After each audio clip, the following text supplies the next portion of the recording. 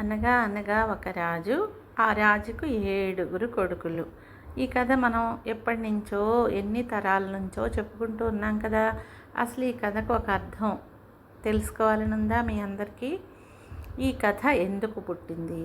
అనగా అనగా ఒక రాజు, ఆ రాజుకు 7 కొడుకులు. 7 కొడుకులు ఒకనాడు వేటకు వెళ్ళి 7 చేపలను వేటాడారు. ఎన్నో అసంగతాలైన సన్నివేశాలు ఉన్నా రీజనింగ్ అడగకుండా, ఆలోచించకుండా వినే గొప్ప తెలుగు కథ ఈ 7 చేపల కథ. నిజానికి రాజుగారి కొడుకులకు చేపలు వేటాడాల్సిన కర్మ ఏం పట్టింది? అడవికి పోయి క్రూర మృగాలను వేటాడవచ్చు కదా. అయినా ఎవ్వరూ ఈ ప్రశ్న వేయరు. చెరువుకు పోయి చేపలు తెచ్చారే అనుకుందాం. వాటిని ఎండబెట్టడానికి, ఎండిన వాటిని ఎత్తిపోసుకోవడానికి వారి దివానుల్లో నౌకర్లే కరువయ్యారా? నిజానికి ఈ ప్రశ్న ఎంతో వ్యాలిడ్ ప్రశ్నే. అయినా ఎవరు ఈ కోణం నుంచి ప్రశ్న వేయరు. అందుకే ఈ కథను జాగ్రత్తగా గమనిస్తే, చదువుకుంటే అనేక అంతరార్థాలు, పైకి కనిపించని విశేషాలు స్ఫురిస్తాయి. రాజుగారు అంటే మనిషి. ఆయనకు 7 కొడుకులు అంటే మనిషిలోని సప్తధాతువులు. కొడుకులు వేటకు వెళ్ళడం అంటే మనిషి జీవితాన్ని కొనసాగించడం. జీవితమే ఒక వేట, వేటే ఒక జీవితం. రాజకుమారులు వేటాడిన 7 చేపలు అంటే మనిషికి ఉండే అరిషడ్వర్గాలు.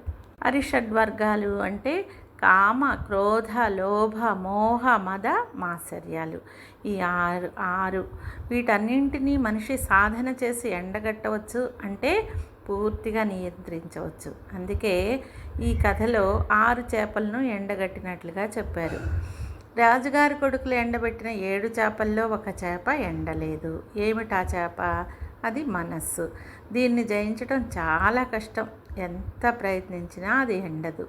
మనసు అంటే ఏమిటి? మనసు అంటే సంకల్ప వికల్పాలు. ఒకటి తీరుతుంటే మరొకటి మొలుచుకొస్తుంది. మొలిచే కోరికలను తీర్చుకుంటూ పోతుంటే జీవితకాలం చాలదు. కోరికలన్నింటినీ జయించేసి మోక్షానికి వెళ్ళిపోవాలని ప్రతి ఒక్కరూ ఆరాటపడుతుంటారు. మోక్షానికి వెళ్ళాలనుకోవడం కూడా ఒక కోరికే. ఆ కోరికను ఎండగడితే తప్ప మోక్షం రాదు. ఈ చేప ఎండకుండా అడ్డు తగులుతున్నది ఏది? గడ్డిమేటు. గడ్డిమేటు అంటే ఏమిటి? కుప్పపోసిన అజ్ఞానం.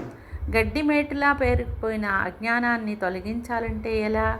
మామూలు గడ్డి కుప్ప అయితే గడ్డి పరకలను పట్టి లాగి పీకి ఒకనాటికి ఖాళీ చేయించవచ్చు. కానీ అజ్ఞానం అలాంటిది కాదు. దాన్ని ఎంత ప్రయత్నించినా తగ్గించడం కష్టం. మరి అది పోవాలంటే ఏం చేయాలి? ఆవు వచ్చి మేయాలి. ఆవు ఎక్కడి నుంచి రావాలి? అసలు ఆవు అంటే ఏమిటి? ఆవు అంటే జ్ఞానం. జ్ఞానం అంటే ఆవు. దొడ్లో ఎగబడి మేస్తే అజ్ఞానం అనే గడ్డి కుప్ప ఒకనాటికి అంతరించిపోతుంది. లేదు, జ్ఞానాన్ని అగ్నికణంగా మార్చి గడ్డిమేటు మీద వేస్తే కాలి బూడిదవుతుంది. అందుకే భగవద్గీతలో మన కర్మలు, వాటి ఫలితాలు జ్ఞానాగ్నిలో దగ్ధమైపోవాలని చెబుతాడు కృష్ణుడు. జ్ఞానాగ్ని దగ్ధ కర్మాణం అని వస్తుంది కదా. జ్ఞానాగ్ని అగ్నిగా మలుచుకోగలిగిన వాడు సిద్ధపురుషుడు, యోగ పురుషుడు మాత్రమే. ఈ గోవుని ఎవరు మేపాలి? గొల్లవాడు మేపాలి. గొల్లవాడు అంటే ఎవరు? సమర్థ సద్గురుడు, జగద్గురుడు. జ్ఞానరూపమైన భగవద్గీతను లోకానికి ప్రసాదించిన కృష్ణుడు గొల్లవాడే కదా. అర్జునుడు అనే దూడను అడ్డుపెట్టుకుని వేదం అనే ఆవు పాలు పిండి జ్ఞానరూపంగా మనందరికీ ధారపోశాడు. ఇంత గొప్ప పని చేయవలసిన ఆ గొల్లవాడు ఆ పని చేయలేదు. ఏమిరా నాయనా, ఆవును ఎందుకు మేపలేదు అని అడిగితే అమ్మ అన్నం పెట్టలేదు అన్నాడు. ఇంతకీ ఆ గొల్లవాడికి అన్నం పెట్టాల్సిన అమ్మ ఎవరు? అమ్మలగన్నయమ్మ, 3 అమ్మల మూలుపుటమ్మ, పెద్దమ్మ. ఆమెనే లోకం జగన్మాత అని కీర్తిస్తుంది. ఈ జగన్మాత అన్నం పెట్టకపోవడం వల్ల గొల్లవాడి ఆకలి తీరలేదు. ఓ జగన్మాత, ఈ గొల్లవాడికి అన్నం ఎందుకు పెట్టలేదమ్మా అంటే ఆవిడ పిల్లవాడు ఏడ్చాడు అంది. ఇంతకీ ఆ పిల్లవాడు ఎవరు? ఆర్తితో దైవానుగ్రహం కోసం అలమటించేవాడు. ఈ పిల్లవాడు ఎందుకు ఏడుస్తున్నాడు? వాడికి చీమ కుట్టింది. ఎక్కడిది చీమ? దానికి మరో పేరే సంసారం. సంసారం అనే చీమ కుట్టినందుకు ఆ పిల్లవాడు ఏడుస్తున్నాడు. ఆవులను మేపటానికి వచ్చే గొల్లవాడి కన్నా ఆర్తితో దైవానుగ్రహం కోసం ఏడ్చే పిల్లవాడే ముఖ్యం కనుక ఆ పిల్లవాడినే చూసుకుంది అమ్మ.